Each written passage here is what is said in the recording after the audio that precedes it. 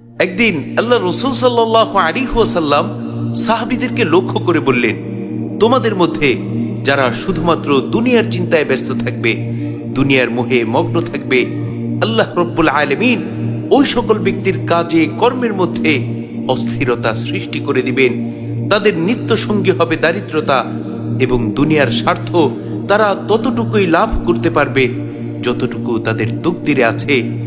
আর যাদের উদ্দেশ্য হবে একমাত্র আখিরাত, আল্লাহ রব্বুল আলামিন ওই সকল ব্যক্তির সকল কাজকে সহজ করে দিবেন, তাদের অন্তরকে প্রাচুর্য দিয়ে ভরপুর করে দিবেন এবং গোটা দুনিয়া স্বয়ং তাদের সামনে এসে হাজির হবে।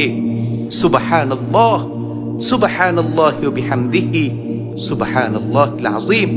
এছাড়াও হাদিসে কুদসির মধ্যে আল্লাহ রব্বুল আলামিন বলেন, হে আদম সন্তান, আমার ইবাদতে মগ্ন হও, আমি তোমার অন্তরকে প্রাচুর্য দিয়ে ভরপুর করে দিব এবং তোমার দারিদ্রতা দূর করে দিব।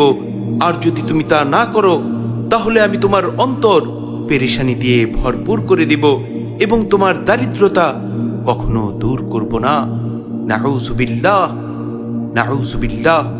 এ সম্পর্কে সুনানে ইবনে মাজার 4107 নম্বর হাদিস, হযরত আবু হুরায়রা রাদিয়াল্লাহু আনহু বলেন, আল্লাহ রাসূল সাল্লাল্লাহু আলাইহি ওয়াসাল্লাম বলেছেন, হাদিসে কুদসির মধ্যে আল্লাহ রব্বুল আলামিন বলেন, ইয়া ইবনা আদম তাফাররাগ লিইবাদাতি, হে আদম সন্তান, আমার ইবাদতে মগ্ন হও, আমার ইবাদত করার জন্য সময় বের করো। আমলা সদরকা গিনা ওয়া আসুদ্দা ফাকরাক, আমি তোমার অন্তরকে প্রাচুর্য দিয়ে ভরপুর করে দিব এবং তোমার সকল দারিদ্রতা দূর করে দেব। ওয়া ইল্লাম তাফআল মালাতু সদরকা শুগলা ওয়া লাম আসুদ্দা ফাকরাক, আর যদি তুমি আমার ইবাদতে মগ্ন না হও, আমার ইবাদত করার জন্য সময় না বের করো, তাহলে আমি তোমার অন্তর পেরেশানি দিয়ে পূর্ণ করে দিব, ভরপুর করে দিব এবং কখনোই তোমার দারিদ্রতা দূর করব না। নাউযুবিল্লাহ, নাউযুবিল্লাহ। এজন্য আমাদের প্রত্যেকের উচিত হচ্ছে আমাদের রব, আমাদের আল্লাহর ইবাদতে নিজেদেরকে মশগুল রাখা, আমাদের ব্যস্ততার সময় থেকে আল্লাহ রব্বুল আলামিনের ইবাদত করার জন্য সময় বের করা।